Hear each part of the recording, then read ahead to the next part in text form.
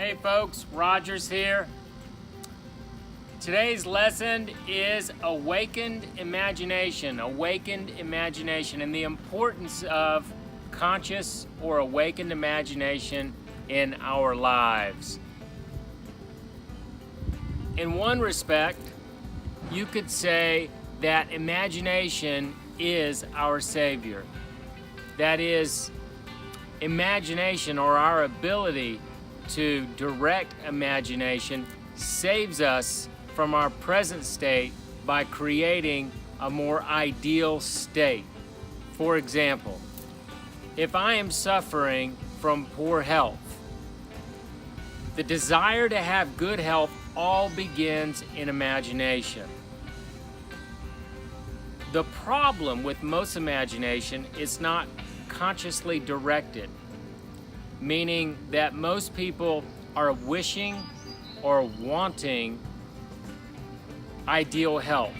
What I am suggesting by saying that it should be conscious or awakened is that we should imagine what ideal health looks like and feels like and begin there. That is, seeing ourselves already healthy and then capturing that feeling and holding on to that feeling. By holding on to the feeling of already being healthy, which is no easy task if you don't feel good, but it must be done. By holding on to that feeling, it begins to direct the rest of our thoughts, the rest of our feelings, and most importantly, our choices and actions to get to that goal. Now, to the extent that we're able to hold on to that feeling, and that means how much of our daily conscious activity, or our conscious activity during the day, is holding on to that feeling, the end point of what it would be like to be healed, to the extent that we're able to hold on to that, determines the time from point A, where I'm at sick, of getting to point B, where I want to be healthy. So if we're able to hold on to it for a significant amount of time throughout the day, that's going to shorten that time. Now let's just look at another example. Let's just say that I'm suffering from poverty, a sense of lack, my business is doing poorly. Just one issue after the next in my business life. We can apply this principle in the same way. That is, imagine what our business would look like. Imagine what our bank account would look like. Imagine what the ideal financially, what that ideal would be in my life. Get really clear about that, and then capture. It should stimulate a feeling, and capture that feeling and learn to hold on to that feeling. And that feeling begins to direct our thoughts, our emotions, and our choices and actions to get to that reality as quick as possible. The tendency is, if we're sick or we're suffering from the sense of lack, bills piling up and stuff, is to focus on the problem. Sickness and lack. We go to the doctor, we focus on sickness. We go to the financial expert, we focus on the problems of lack. What I'm suggesting is that we focus on the solution. Okay, I'm not suggesting that we put our head in the sand and avoid the problems that are in front of us. If we're sick, we may need to pay attention to our diet and other lifestyle choices and change those. But that would be part of focusing on the solution. Likewise, if we have financial problems, we may need to focus on issues around spending and saving. So this is not, again, about putting your head in the sand. It's just redirecting your attention and focus to the solution, because that's how you make fast, radical, positive changes, is by focusing on the solution. Now let's talk about how to properly employ imagination. There are all sorts of exercises to engage imagination. I want to make this simple. So the first thing that we want to do is guard our awareness, guard our attention, guard our imagination, because wherever our attention is, our life will follow that. So if you're watching the news every evening, stop doing it, because their job is to control your narrative, and it's almost never beneficial. If you're around certain co-workers, family members that are constantly doom and gloom, that are the sky is falling, limit your time around these people, or just kindly excuse yourself, or just remove yourself from the conversation by simply telling them, I just choose not to engage in this conversation or this type of conversation anymore. So the first and most important thing is just guarding your awareness. Once you do that, and you've created a vacuum of silence in your life, you'll begin to see that you're imagining all the time.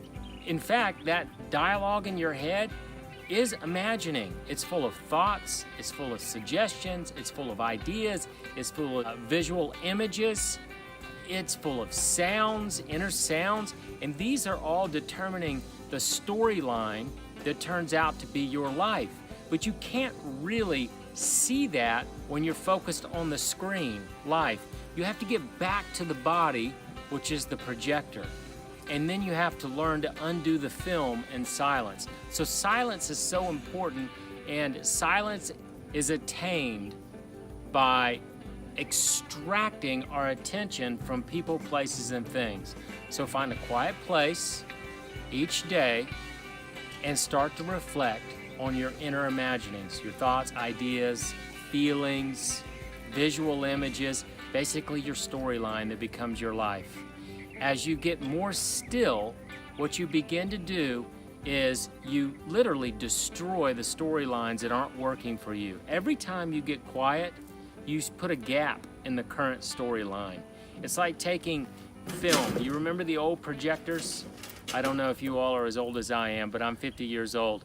So we used to have these old, these movie projectors that we would put a big screen on the wall in school, and then they had these reel-to-reels.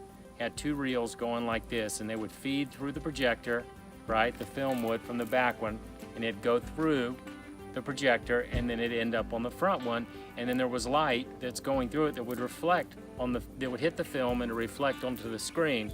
Well, you had individual frames, and if you rolled it through, or you allowed it to roll through slow enough, you could see the individual frames. But because it was going at a certain speed, it looked like a consistent movie. Well, your thoughts, feelings, emotions, ideas, visual images are all like those individual frames. So when you get still, you're making gaps in that movie. Every time you get still, there's a gap. The longer you can remain still, the bigger the gap, right? So this is why stillness is so important. The first and most important part of stillness is to control your narrative. That is to extract yourself from people, places, and things that do not serve the storyline that's going to move you forward. Extract yourself. Once you get yourself extracted, start to learn to take times of passive meditation where you're sitting out in a place like this or quietly reflecting on your thoughts. That is your storyline. Eventually, once you do this long enough, you will be able to remain mindful. That is, your attention will be stationary. It won't be as a reactive. So even when you're in the middle of all the chaos, you're still able to maintain some equanimity and calmness in mind as you move forward in your life. So let's go through that again. You have to extract yourself from the old story. You have to get quiet, and every time you get quiet, there you can put a new movie into the projector, the body, so it projects onto the screen of life. So how do you begin? By imagining something new?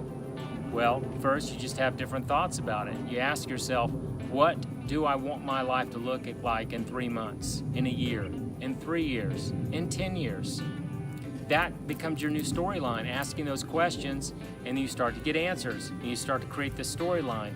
And then to expedite the process of getting from point A to point B, you simply begin to act and behave as though your storyline has already happened. Because in the truth, on the quantum level, your storyline or that potential has already happened. It hasn't happened in your terrestrial life, that is your physical life yet, but on a quantum level, that is on a deep spiritual level, that potential already exists. So you begin to imagine that storyline as though it has already happened. And here's the key that's going to really expedite this. And the Bible's full of this. Spiritual manuscripts say this over and over, that when you pray, you should give thanks as though it is already done. The evidence of giving thanks is the feeling of gratitude. The evidence of giving thanks is the feeling of gratitude. To summarize all of this, imagine your storyline as though it was already done. If you were sick, you imagine your storyline as you're already healthy. If you're having financial problems, you're imagining your story as though those financial problems are done. Better yet, you're imagining that storyline as though you have more than enough, or whatever it is that you want in particular. But be very clear about it. Imagine from the end point, and what seals the deal, is the feeling of gratitude. That is the evidence that you are giving thanks, and it's the evidence that you believe that it's already done. Now, I'm not asking you or suggesting that you believe that it's already done on the terrestrial level, because that would be almost nonsense, and most people would think you're crazy, and you would probably think you're crazy when you're trying to do it. However, you can believe, because it is true, that that potential exists on a very deep spiritual level or a quantum level, and that's what you're thankful for. And in due time, your thoughts, your emotions, your actions and choices will all be directed in the direction of your dreams, your desires, and your goals. To the extent that you're able to capture that feeling, and the most important one is gratitude, you will change your beliefs and change your reality. All right, I appreciate you guys tuning in. This is Stephen from Shen Life. See you next time.